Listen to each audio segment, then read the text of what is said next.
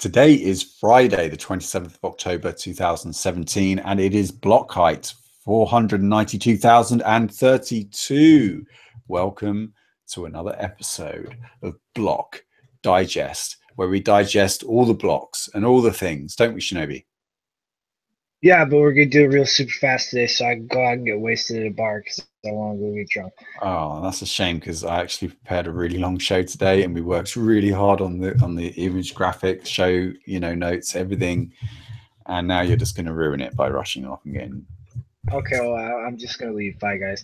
Why don't you just do what Theo does, just get this on the show, and then you can like kill two birds with one stone. Right. Okay, I guess. Give my lower third up as well. And Rick, hello. Hey, man. Hey, everyone. Sorry. Good to have you back. Oh, yeah, definitely. It was kind of a yes. rough day yesterday. The weather kind of just jumped on top of us here. But, yeah, it's good to be back. Feeling better. You're rested up and better. We missed you yesterday. And Janine, hello. Hello, everyone. Yes. All right, I'm just going to up my exposure here. Make myself nice and bright like I'm in a professional studio. I'm not. No, I'm not in a professional studio. But I will pretend like I am. Okay, let's go down to business. So the graphic had lots of like little hidden clues, had Easter eggs, even had a bunny in it. But we'll let you work it all out.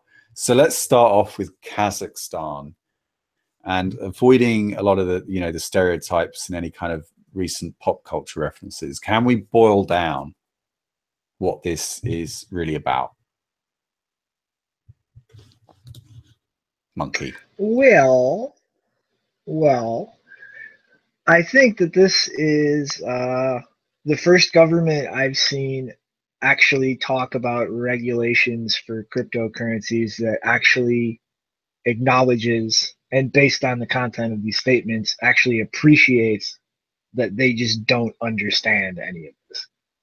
So I don't really know what to make of that. I'm just kind of taken aback that the government's being humble, I guess.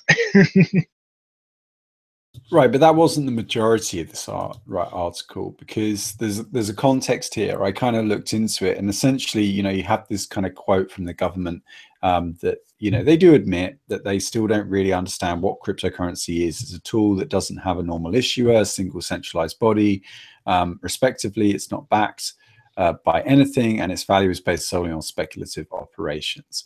And they go on to say that, that they fear that, citizens are going to come to them and they're going to say, what is this thing? I lost a bunch of money and you should have warned me about it. So they're basically going out and warning people. But they're also saying they're going to try and ban mining. And they're saying it will not be possible to build any restrictions in terms of home mining. A person is engaged in mining, paying for electricity. What are the problems?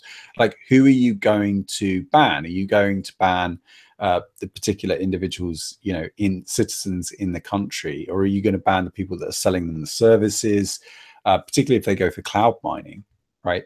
How are you going to ban any kind of cloud mining? How are you even going to enforce it? So it sounds like the government has a fear that this currency could cause could create victims of speculation, as the official kind of pointed out from the National Bank of Kazakhstan. This guy right here. Yeah, I think they're part of that. This looks like it's part of that Eurasian European agreement that we saw coming out of the Kremlin about trying to move towards digital currencies instead of cryptocurrencies, and trying to get the public in through that direction.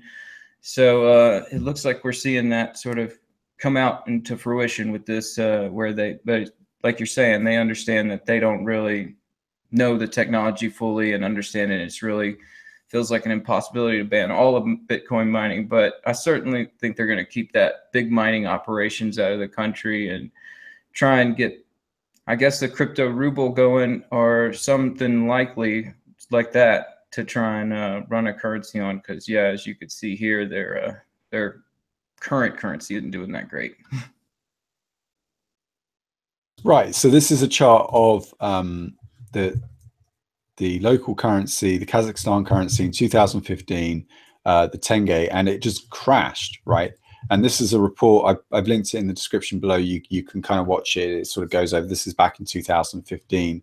So you can understand this happened when they stopped pegging the tenge to the dollar. So now the currency was no longer pegged to the dollar so that it could be more competitive in the marketplace. And here you can see its competitiveness in action. Here you go. It's basically like an altcoin that's just dumped, and it's just going to stay low forever, and you're going to have a lot of bag holders. I mean, it's worth less than 1 cent. You know, each unit is worth less. This is a weekly chart, by the way. And so I can understand why they might feel threatened by Bitcoin and decentralized currencies. They're worried that citizens are going to start converting their scam coin, right, which is dumped to hell, and they're going to turn it into something that is genuinely scarce, something that they can use as a store of value. They can hedge against inflation. I've also linked in the description below a brief history of the inflation of the tenge. September 2nd, 2013, the National Bank of Kazakhstan moved the Kazakhstan tenge from a managed float and pegged it to the US dollar and Russian ruble. And then in February 2014, the National Bank chose to devalue the tenge by 19% against the US dollar in response to a weakening of the Russian ruble. So it's all very central top down. And as you can see, like, the lost 30% of its value in a single day on 20th of August 2015, and that's displayed in the chart, right? So when you get like articles like this kind of coming out, you know, where somebody says you can actually pay people in their, you know, officials, government people with Bitcoin in, you know, this isn't a very well translated article, but basically someone is calling for the citizens to pay their government officials in Bitcoin as a way of, you know, opening up accountability and keeping them honest and stuff like that. Actually, that political scientist doesn't specifically mention Bitcoin. He goes on to the, you know, the whole virtual currency, right, sure, digital currency. So yeah, I think he's talking about paying them in some sort of token, ICO, ERC20, something that they're planning on putting together as, I guess, competition to Bitcoin. But yeah, I mean, once they do that, hopefully these people will start to see like, oh, Bitcoin's got the real value because it's immutable, because you know, whatever they create there is kind of be a centralized currency, nothing really crypto about it. Yeah, you're right. This article actually just mentions virtual currency, doesn't cite Bitcoin directly. It just says that maybe Kazakhstan come up with its own virtual currency, presumably built on a blockchain TM, and then they can basically control it and inflate the supply if they want to and wreck their citizens like an altcoin pump and dump. Sound good? I guess it's better than that right there. You know, the current peg that they're using right now is just not working good. Peg it to Bitcoin. Your citizens are going to love you. They're going to definitely vote for you next time. All right. So what's up next? So Kyle Torpy wrote this really interesting piece in Forbes about Bitcoin and gold. Who put this on the news desk? Was it you, Rick?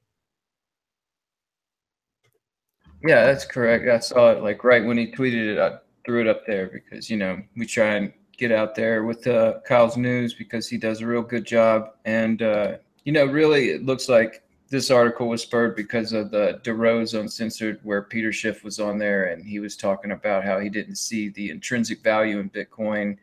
And, you know, really Kyle goes into detail how Bitcoin really got lightning in a bottle when it was bootstrapped with darknet markets, and like how that really kind of formed this consensus of there's value tied to this thing. And you know, that tweet that went along with it from the Business Insider really does show like how gold and Bitcoin, they really do they differ in the sense that gold really isn't a good a medium of exchange, where Bitcoin can still be used as a medium of exchange, and they're both a good store of value. So yeah, this is really like Kyle just going into detail about how a lot of these legacy gold bugs, they don't really see this value because they haven't gone far enough down the Bitcoin rabbit hole to really see how there's digital scarcity there and what that means in the big picture of things. So it's a really good, well-written article.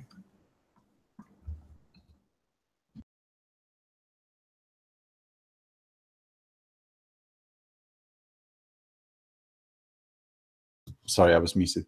So Kyle really has been going on, you know, this sort of venture to look through the archives on Bitcoin Talk and go through Nakamoto's early writings. I love that, you know, that he's curating and he's pulling out really good quotes, like when Nakamoto said that Bitcoins have no dividend or potential future dividend, therefore not like a stock, more like a collectible or a commodity. So Bitcoin's original value came from its novelty. It appealed to cypherpunks. It was something collectible, and because it was finite, because it was you know, a deflationary model, there weren't going to be, you know, so many made, then it became valuable to those people. Collectible for crypto anarchists and other like-minded individuals, Kyle says, is where Bitcoin first attained any value at all. The fact that there was a limited supply of Bitcoins meant that you had to convince someone else to send you theirs or mine your own.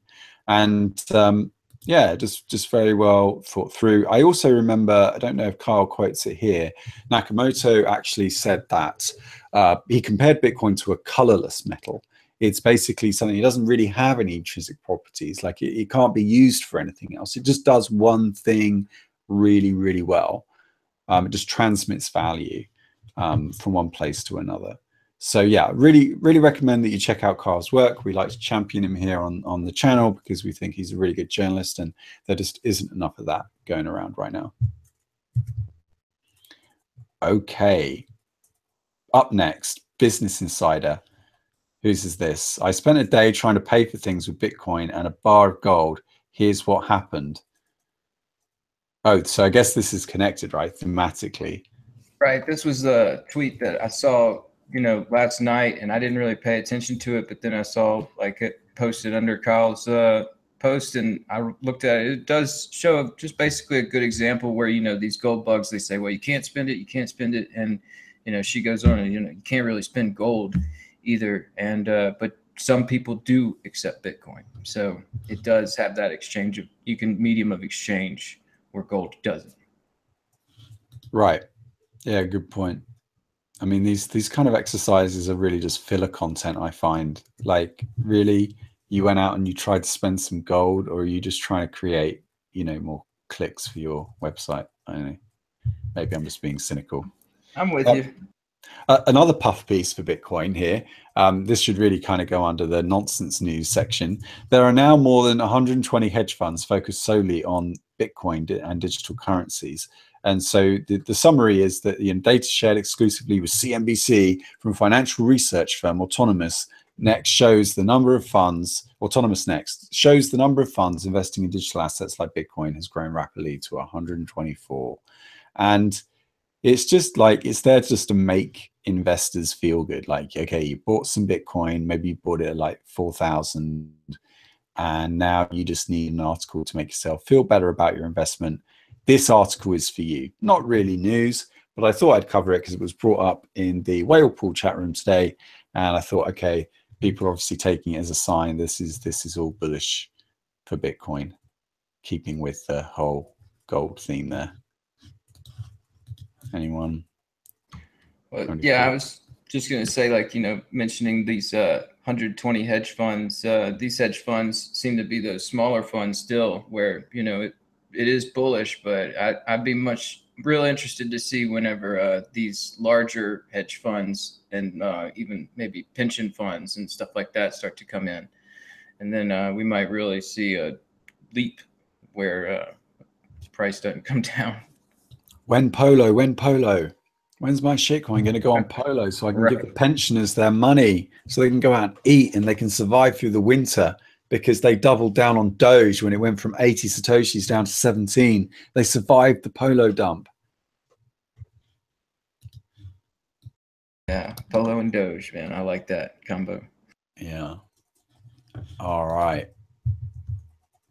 Okay, your computer may be making Bitcoin for hackers. This bullshit again. Oh my God, I can't believe it. It's the best we can come up with. I'm sorry. So in the link, you can follow along with all our stories in the description below. And you can also take part in the actual making of this show. You can come onto the Bitcoin Mumble. It's at the top of the description right there, the link. You just need to download some open free software called Mumble. You can put in our server address, and you can join us there in the Dragon's Den, and you can actually submit your own stories to the news desk. So this one just keeps on. This is just a story that just keeps on giving. Hackers are commandeering the horsepower of unwitting victims' computers to secretly generate cryptocurrencies, hoping to cash in on the price of, well, whatever. We know this already. And they also mention Monero is being used further down in the article. And apparently Aviva had also been compromised already by one of these. So it's basically mining Monero on an Aviva server farm. It's quite subversive, I think. Yeah, you know, this was like, I felt like this article really went out to the normies just to let them know that these things are getting more efficient and they're around, and to, you know, I guess be prepared. Because, yeah, there's definitely some things in there where it's just like, yeah, this is all known, but it's known to us, I guess, not the people reading the Wall Street Journal, you know. Yeah, indeed, indeed. And so now onto one of the sort of more important themes of today. We're going to talk about a bad rabbit. Bad rabbit. What is FireEye, and what is this bad rabbit thing all about? Monkey, you there? Very, very bad. What's the rabbit up to? What the fuck is this shit? So bad rabbit is like the logo or the slogan, the catchphrase they're using for this virus, right? That's spreading around, particularly in the Eastern Europe region, also even Kazakhstan, maybe like in that kind of Eurasian area. Yeah, so this is kind of interesting because effectively they have this this backswing framework, which is, I guess you'd call it a fingerprinting thing. It's something they found on a number of different web servers, that it fingerprints your device, your web browser, so that you can actually start looking for exploits and what something is vulnerable to. And they'd actually been tracking this for a while.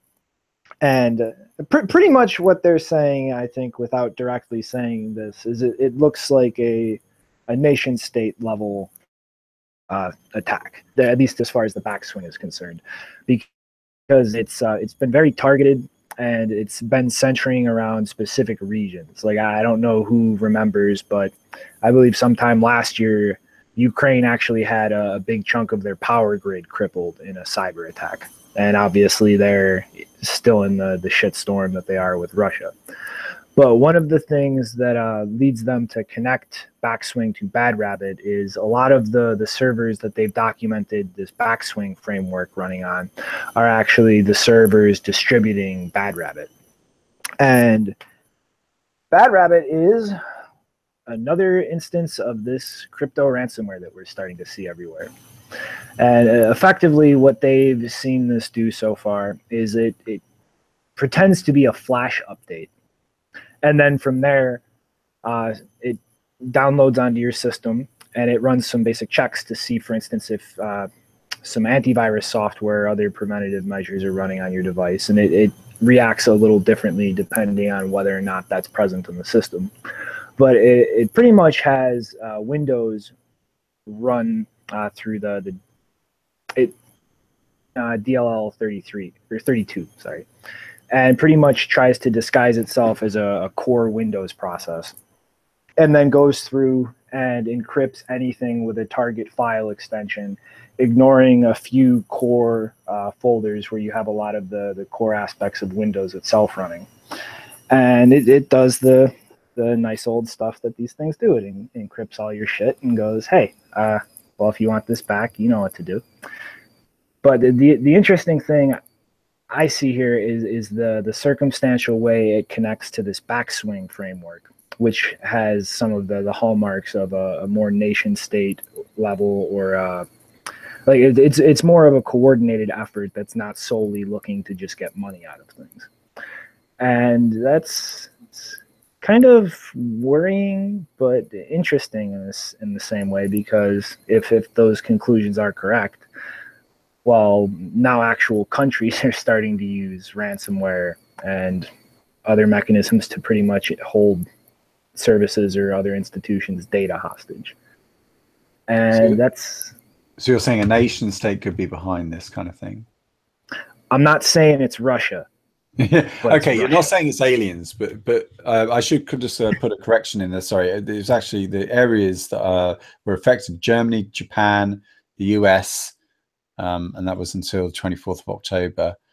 And so, right, more ransomware, but it's not targeting the poor NHS, which is the welfare state-funded kind of health service, I guess. I mean, not really that much of a service anymore, but because it's not targeting some poor innocent victim, I guess this isn't getting the kind of attention that the previous ransomwares were doing.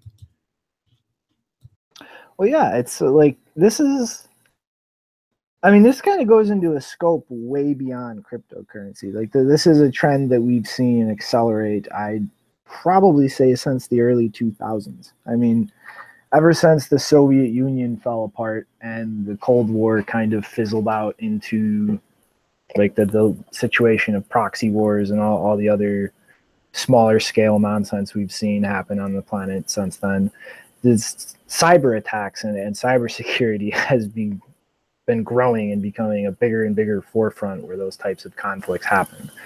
And this is kind of one of those instances of, well, somebody had the bright idea for ransomware and threw that out into the world, and now it's just out there. There's no putting that genie back in the bottle.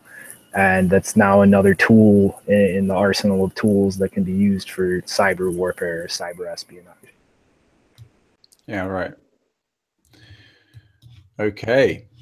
Anything else we want to say about BadRabbit? What else should we look out for in the future as well? I mean, presumably there are going to be a lot more of these.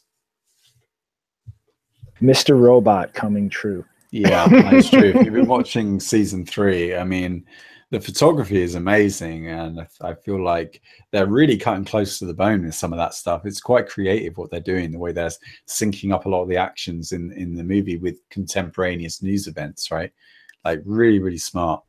So yeah, very, very realistic, almost kind of dangerously realistic. So are we done with BadRabbit? Anyone else have any? I mean, it's sorry, just real quick with the Mr. Robot thing. It's like it really is kind of scary, because the only reason I believe that we haven't actually seen something like that in reality is just because of how computers work. Like you can't just snap and have terabytes and terabytes of data encrypted. Like that actually takes processing time to grab those files, run them through an encryption algorithm, move them back to the hard drive, like cycle through and actually do that. And I really think that's pretty much the only reason we haven't seen anything like that, is that once somebody started to do that, the people maintaining these databases and servers would notice that and just shut everything down before anything more than a small chunk of that data was encrypted irrecoverably. And it's like that's it. Rick? Yeah, man, I was just going to say on this BadRabbit deal, one of the problems that with this ransomware it could have as far as like a marketing thing is if you do pay that Bitcoin and you don't get your files decrypted.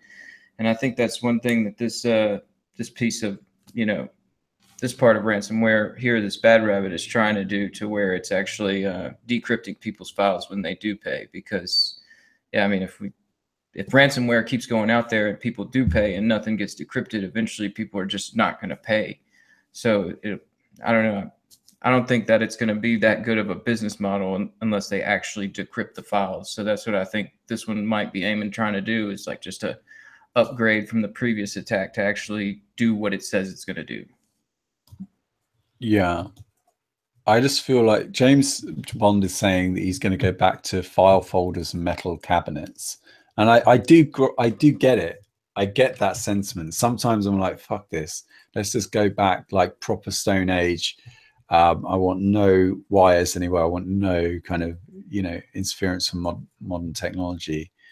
But back up your shit, people. Like, really, I guess that this really affects like small businesses that maybe don't have an IT budget. IT has got a lot easier in the last 10 to 20 years, and having an on-site IT manager perhaps isn't as essential as it used to be. But if you're a small business and you're holding customer data, and even if you're B2B, you know, you still have private information, sensitive information, invoicing, accounts, you know, emails going backwards and forwards that might be protected by non-disclosure agreements and so forth. And if those are present and you've got this kind of threat of a ransomware that could encrypt it, and you back it up, and maybe the ransomware gets into the backups as well. Like maybe you're cycling through the backups, it's being encrypted, you're backing up the encryption, and then suddenly like, oh, actually, I realized that I can't access that file anymore. And then it's too late and all your backups are destroyed at the same time. So backing up doesn't always protect you. And I feel like, okay, if I'm knowledgeable about it myself, obviously I can take measures to protect it. And maybe I don't, you know, maybe I don't back up all my stuff because I don't think it's important enough. But the most important stuff I always, you know, take onto another drive. And I don't just drag and drop. You know, you can use Carbon Copy Cloner or one of these backup pieces of software that will actually do a checksum to make sure the file is copied properly, maybe open a few files, make sure they're working. So I don't know. I wouldn't ever pay these ransom. Like, the more people pay it, the more you're just encouraging them. I don't really keep anything except completely legally obtained media on my systems, which right. You can always download it with Game of Thrones again on BitTorrent, right? So it's all cool, really. All right. Dare we go into the forest called Segwit 2x? So we have this report that the NYA dropout rate is now at 32% and growing fast, says Vortex. And here it is, Segwit Party, NYA. Oh, what are these? What are these red ones? Oh, they support. Oh, they've withdrawn. The green ones have withdrawn. So we got ANX, BitOasis, Bitwala, Crypto Facilities, F2 Pool. And people are moving their hashing power over, eh? Yep. I mean, you know, if you're a pool operator and you're doing something stupid, well, hey, guess what? All the hardware you don't own can disappear like snap. Yeah, well, I guess that's why the real mining manufacturers don't really sell most of their best miners. You know, they keep the stuff for themselves and they maybe release a few, make sure they're careful about who they give it to. Oh yeah, there's definitely some very shady conditions that come with buying lots of hardware these days. Yeah, indeed. So this is what's happening. Could all be a bluff. And Charlie Lee mentions GBMiners, about 2.5% of the Bitcoin hash rate. Stop signaling for Segwit hard fork. Wrecked. I'm just not sure what it's going to do to the market sentiment. I have no idea what it's going to do. We'll see like that. I'm not really sure what to make of that because I do believe they had another block that was signaling. So I'm not sure if it was like an error in their system or maybe a lot of mining pools actually have multiple nodes, usually spread across the world to minimize the latency from the actual mining machines. So, I mean, it could just be a goof up in terms of not signaling when they meant to, or they could potentially be rotating all of their nodes and changing the signaling. But I think we're going to have to wait and see a little bit to actually get a definitive answer on GB. Yeah, and Janine, you've got this link here from BitMEX. Okay, so yeah, we present data displaying the proportion of emptied blocks produced by different mining pools over time. So this is a blog post by BitMEX. Usually pretty good. So, I'm told by a particular dickhead who might be listening that BitMEX is a fake exchange for fake people with fake money. What? Who said that? Just a buddy of mine who likes to bust my balls. Oh, it's a derivatives exchange. It's not a real exchange. Like, you can't buy and sell things there. You're just buying and selling futures contracts. It's a very kind of degen-y kind of platform, 100x if that's your style. Get wrecked, lose all your money, or maybe even become a millionaire. One of the two, but probably the former. All right. Go big or go home. Yeah, so keeping this theme of mining, next up we've got Samsung that made this cool little cluster of old phones. Like, it's basically a Bitcoin mining rig made of old Samsung phones. Can you believe this? They didn't really say very much though when they were asked by this journalist at Vice, Motherboard, about like what the hashing rate was or anything. They didn't really answer, which is kind of weird because it just looks like, you know, a casual project that they've engaged in. It's just something for a, you know, a conference. It's not really serious. Yeah, I'm more interested in where this can go. I mean, obviously, even if you cluster them, a bunch of smartphones aren't going to be mining profitably. But I'm more interested to see where this goes, just as far as general use for computing. I mean, you know, like Aknex and Janine were talking a lot about yesterday. There really are some fundamental problems with the x86 architecture. Like I believe there was a little bit ago, somebody did a fuzzing test of the instruction sets and found a number of undocumented instructions, some actual hardware flaws that resulted in weird behavior and such. But the ARM processors are a lot smaller in their instruction sets, so it's not as much of a giant shit show trying to go through and audit things. And projects like this, I think, are a very good way to kind of start moving towards computing platforms that are a little easier to audit in totality. And while obviously they're not going to make good Bitcoin miners, I mean, I think it would be interesting, you know, how well would a node run on a cluster like that? Or like what other types of services could you provide based on a node using recycled things like that? I mean, there's like, could you potentially, like, people donate their phones and have nodes set up on something like that run as a public service? Or like, could you potentially use a cluster like that as a replacement for a desktop? Or like what other interesting things could we start doing with this computing power that's just sitting around being wasted? I just like the idea of like getting other people's computers to do the mining with a malware thing. Where can I get that? I don't know. Talk to Fluffy Pony. Oh yeah, maybe it's Fluffy Pony that's putting out all these viruses mining Monero on your computer. What a great publicity stunt. He gets to be mentioned in the mainstream press alongside Bitcoin. Genius. Genius. We'll have to get him on for a statement. Can't say for sure right now. No, I love this little setup. I really wanted to build something. I wanted to do something like with full nodes. And I love the mining thing. I just love the distributed nature of it. I just wonder how they configured all of this. And like, I mean, yeah, I get what I'm looking at here, but I just wonder how, like, is it going to a mining pool? I mean, is it even moving the needle? Like, they're getting like fractions of a Satoshi per share or what? I mean, I don't even know how you do the accounting for something that small and insignificant. Yeah, it was, sorry. Yeah, it was a really small article as far, I mean, like that piece of the article talking about their Bitcoin mining setup with that smartphones was really small. I mean, like I like the idea that they built an operating system with it. And, you know, I like to speculate whenever they talk about these foundries and these smaller nanometer chips. I know that they talk about Samsung being, you know, some of the guys in front of the line at those chips, and just the idea that they're into Bitcoin mining. I don't know. It's fun to speculate that maybe they're going to be coming out with some sort of rig or something. But as far as this goes, I really don't see, like you're saying, like any sort of hash power that's actually going to cause any profit to come in. Yeah, I think we probably will see some big companies get into mining once it becomes profitable. I think it may need to be kind of on the lookout. Shanine, are you back? Do you want to just quickly mention about the BitMEX thing? So I was actually a bit surprised that we didn't include that in our news desk. I kind of expected it would be. But this was like a major topic. I think they published, let me check the tweet. I think, yeah, they did. They published it yesterday, actually, from BitMEX Research.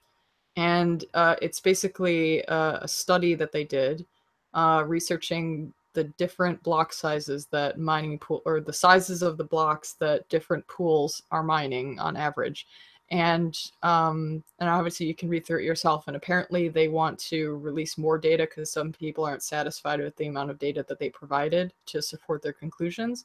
But one of the things that they said somewhere in the blog post, I think James Sinlop tweeted it as well as a quote, that apparently the pools arguing most vigorously for larger blocks tend on average to produce smaller blocks. And I think most of the, why am I hearing myself?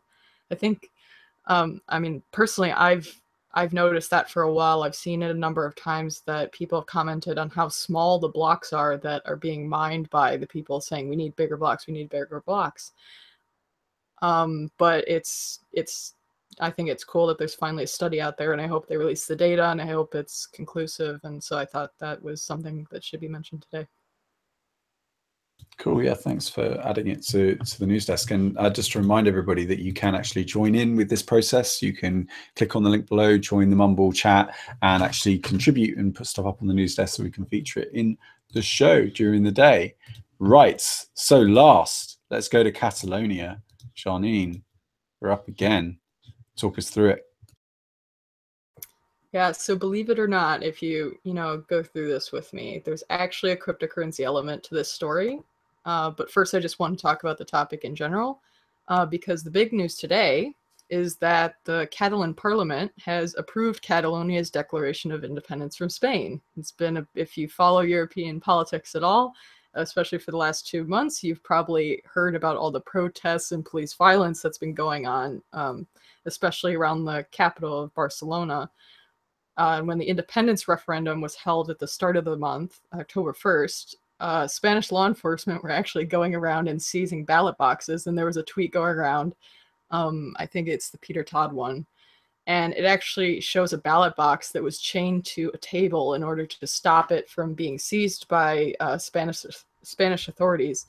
And now, within the last few hours, the Spanish cabinet has responded to the declaration by literally decreeing that most of the Catalan government should be disbanded until further notice, including first and foremost by removing Catalonia's president, Carles Puigdemont, I think that's how you pronounce it.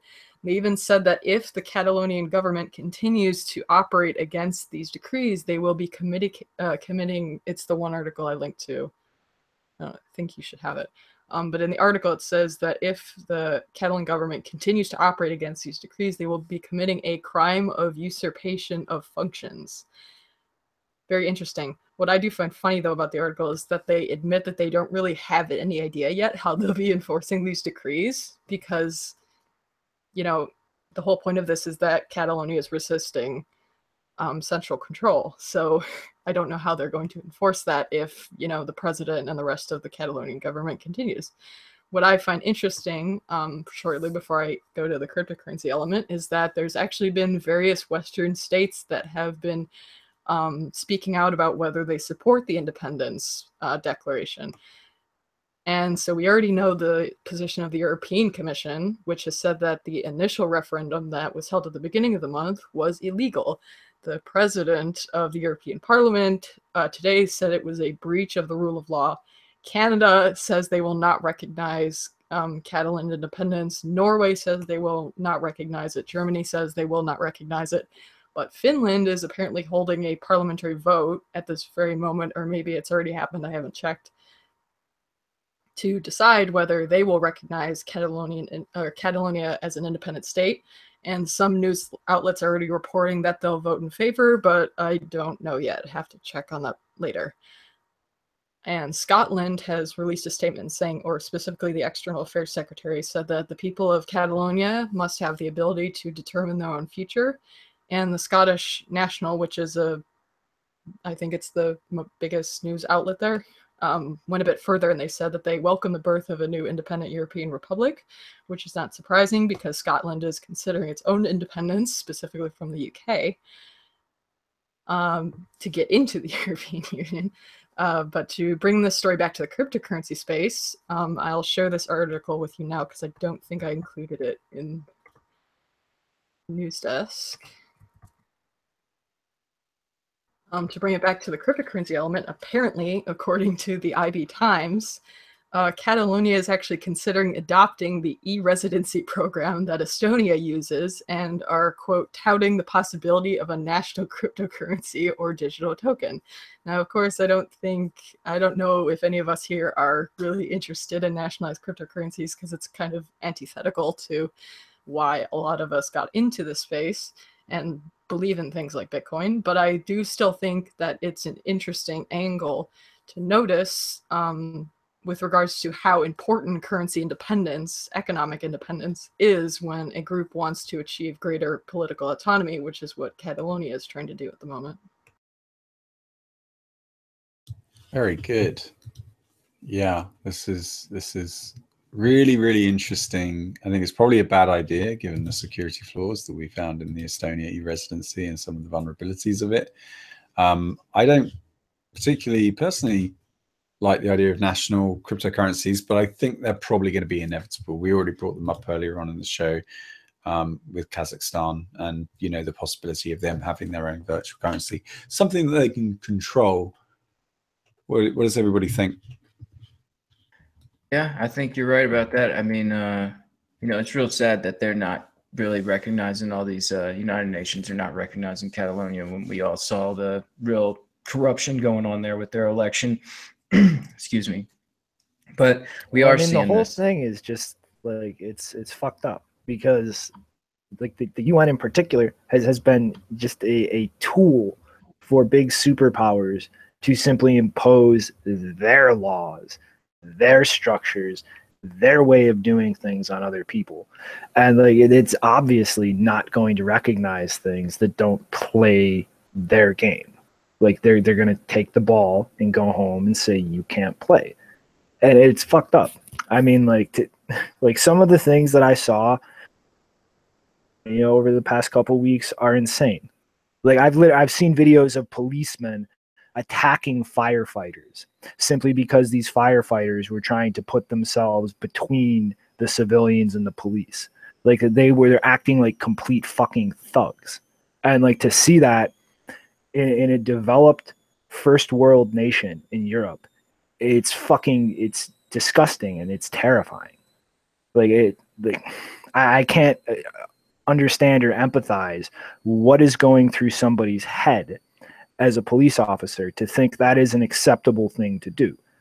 I cannot see any proper response to that except I quit. I'm not doing this. And the number of people I saw actually engaging in this kind of bullying and just fucking jackbooted nonsense, it's fucked up. Yeah, it's bad, but we see like people pushing back with cryptocurrency in places like Venezuela and stuff like where they're getting around these sort of things. So hopefully, we'll be seeing that where these sort of things where, maybe they're not being recognized by the quote unquote, people that are in the, in the chairs playing all the cards, right? But, we got these little underground tactics that might actually work out. Yeah, there's certainly more atomization and autonomy where people actually are trying to devolve power for themselves away from the state, because the state's kind of big. It just sees everyone's state statistic. It just sees everyone like numbers. And actually the real power is local, right? It's proximal to the self and to the individual, where you have the most control. You have the site, you can see what you're working with. With governments, they're just working with large, Gaussian distribution, statistical modeling, and they just try to do what they think is right for other people, or maybe what they think is right for them, actually, at the expense of other people. And I think a lot of people are rebelling against that. I think there is a sense of like, I belong to this community. It's, it's small in number relative to a nation state. And we want to have, as a collective, as a group of people, we want to have self-determination. We want to be able to make decisions at a local level about the environment we live in. It's remarkable, actually, in this day and age, that I have absolutely no say over the way my streets are constructed, how everything looks, how the parks are, but I have a lot of control over my personal effects. I can wear apparel and I can ornament myself in all kinds of fashion, and fashion, I think, by definition has to be a choice, right? Someone can't do fashion for you, can't make decisions really for you, because then I don't think it's really fashion if somebody forces something onto you. So I think this idea of fashion and changing themes of people of self-expression, very important for a sense of autonomy, that we're able to express ourselves. And I think when we can't express ourselves in the environment, that environment is very governing, right? It sort of comes in on us, and I think people want to have an impact. I think people want to have an influence. I think they want to affect the environment, not just exist in a space, but actually affect that space and change it and become part of it, so that there isn't this hard line, bright line distinction between the self and the environment that we're in. Anyway, just going on a bit of a rant there. What are we saying in the troll box? Trolly stuff. Collectivist communes fail. I agree. I'm a big, I really hate communes and all that. So I've been in a few of them. They never worked. They always devolve into like, people hating each other and stuff. But I wasn't really talking about communes. I used the word collectivist, which sometimes can trigger, a libertarian here and there. Statist, communist. I don't mean like collective. I just mean like they want to be, people want to be able to govern at a local level, not necessarily like in a commune. If by commune you mean, you share everything equally, you try to like artificially distribute the wealth and seizing of assets and so on. I wasn't talking about that kind of thing. So, all right, guys, you're also talking about block sizes and Monkey. What are you saying, or what's going on with this discussion here about ASIC boost? Oh, I was talking a little bit about ASIC boost. Some people in there were asking if it was really used, and now the pool I'm referencing, I'm pretty sure it was BTC top, but my memory's not completely clear there, so take that for what it is. But there was a pool, I'm almost positive BTC top, that mined an invalid block a while ago. And what it did was it had two transactions that were related. Like one was spending, the other unconfirmed transaction. But in the ordering in the block, the second one was put first, which makes that block invalid by consensus rules, because as you're doing the validation check, that's there, but that output is not valid yet because the other one hasn't been confirmed. And so the block was orphaned. There is no reason whatsoever for those transactions to have been out of order, except for randomly jumbling the transaction orders in the block to grind the Merkle root for ASIC boost.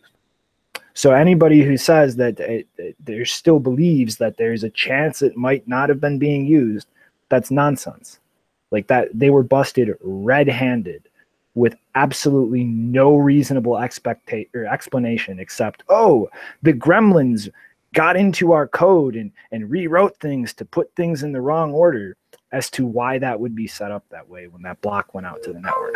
So ASIC boost was being used. That's a fact. Can you just go back to the bit where you're saying shuffling the transactions in order to somehow get a different Merkle root? How does that work? The order of hashes, I understand, affects the resulting hash. Well, yes, they're essentially doing that to find collisions. Because like the entire thing with ASIC boost was when you put the block header through the hash digest, it gets chunked up into two discrete bits because of the amount of data that you can input at once. And what that would do is take the first chunk of the block header, which has a little bit of like the Merkle root data, and most of the rest of the Merkle root data is in the second half, and it would grind through that second half with collisions that they found that were valid with the first half. So you're effectively kind of grinding through just the Merkle root in a way to cut down on the amount of times that you have to grind through the whole header.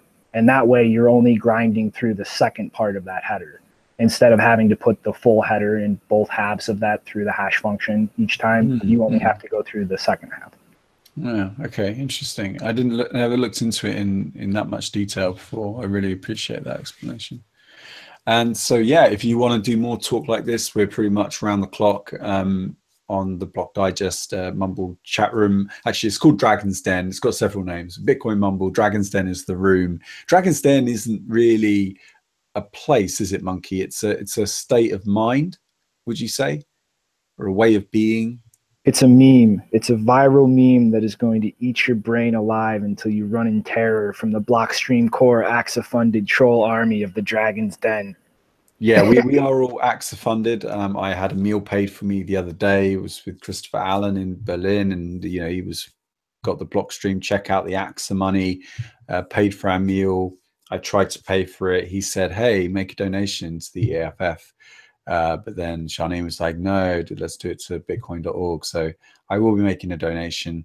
I am just, making a disclosure there that I have now received economic gain, material interest in Blockstream Core AXA funded. So I'm now technically a shill. So all those things were true now. Every time I was accused of being paid to do it, I've now finally received something. Thank you, Adam Back. Thank you. In the form of a breadless burger. A breadless burger, because I'm on keto at the moment, guys. So yeah, I received a breadless burger and I believe a glass of wine from Blockstream Core AXA funded. So I don't know what to tell you. You probably I get paid in us. hats. Yeah. Some of us get paid in hats. I haven't actually got any of the hats, but I might get them. And just go around and telling everyone about small blocks. So I actually want micro blocks. That's my goal. I don't think you'll ever need a bigger block than 64K. That's my prediction. Or 640K. Let's be reasonable. So nano blocks, Rick. Yeah, nano blocks. Exactly. All right. Cool. Still talking in the chat. You can come into the chat in the Bitcoin Mumble. You know, that also works. This kind of YouTubey chat is a bit weird. Do I get a hat if I go to the Dragon's Den? James, that's not how it works. Like Dragon's Den, as Shinobi pointed out, it's a meme and also a state of mind as well. So like you're always there, just if you think about it, that's kind of how it works. But you can physically enter the space or virtually enter the space with us, and then you can continue this discussion even after the show ends. Really what the show is giving you is just a thin slice, just a little glimpse into some of the interesting stuff that we talk about during the day. So that's what it's about. Weekends coming up. We usually take a break over the weekends. Will be this weekend. And really just to say, any final thoughts before we go off air? Yeah, I actually wrote down a final thought today. Great.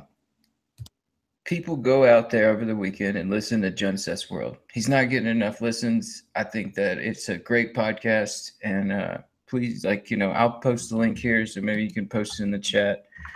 But please, folks, just over the weekend, you got time, listen to a couple of episodes of Junseth's World. It's a great podcast.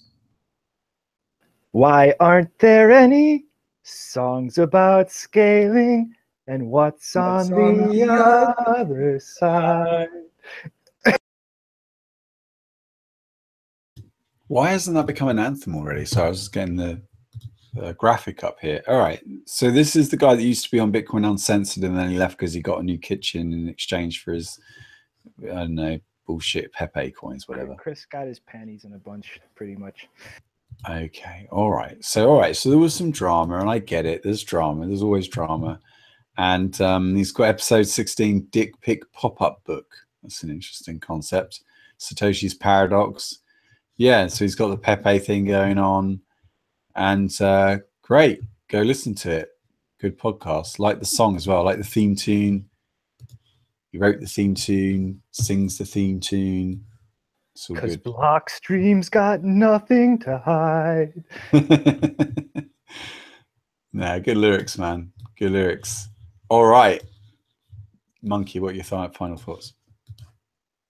I guess I'm going to reiterate what Rick just said, and it's the weekend, people. Go get riggedy wrecked. Yeah, man. Yeah. Go get wrecked. Go take, drugs and alcohol and whatever you do. But please do it responsibly, because we do want to see you again on the Monday. Rick, what are you holding up there? Yeah, there you go. Got the alcohol. We just need Theo now, and we just get pissed on air. Well, it's Friday. We got a late show, so I figured I'd one beer. Yeah, we were late because we were working on the graphic, which wasn't up to our standards. And I was learning how to use GIMP, and GIMP doesn't have adjustment layers. And I was pulling my hair out. Why doesn't GIMP have adjustment layers? Really, come on. Get with it. Oh, yeah. So James Bond will only go on Dragon's Den if he gets a hat. I just wanted to show the dog GIF. All right. GIF. What is the consensus on that? GIF. But even the actual creator of GIF doesn't even, know what it is. So, okay. Interesting. There you go. You can go watch a dog mess around with a bunch of tennis balls, it looks like. That's going to be Bitcoiners if we keep having these shitcoin forks. Which one? Oh, I see.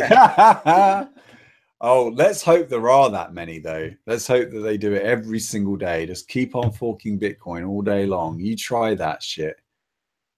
The AXA-funded Blockstream Core will catch you. They will be like they will be the one, the only one. Right. Get your free coins, get your dividends whilst they lasted, even though Satoshi said there wouldn't be any dividends. Kind of lied about that, didn't he?